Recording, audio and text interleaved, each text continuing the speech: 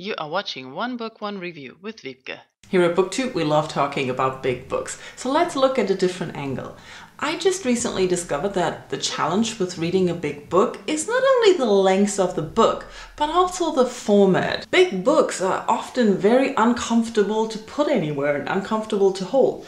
This book, for example, it's only possible to read it properly when you put it down on a table. And when they come in hardbacks, they're just heavy.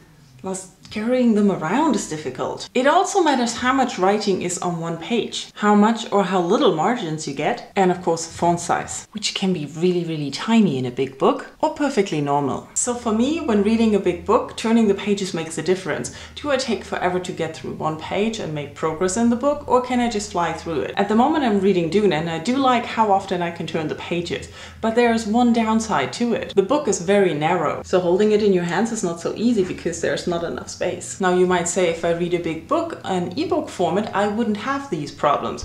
But I've discovered that reading big books in ebook format is even less fun because I don't know how much more I have to read. When I read a physical book, I can see how much I still have to go and I can really feel my progress. In ebook format, I cannot fathom it that much. And also a difficult choice for big books are audiobooks.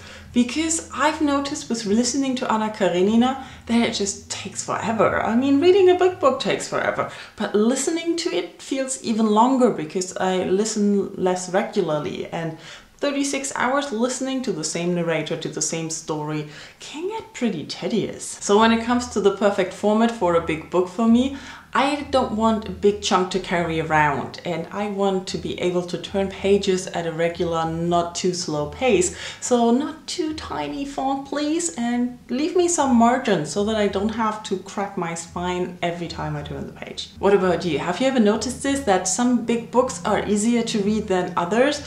Let's just talk about this in comments.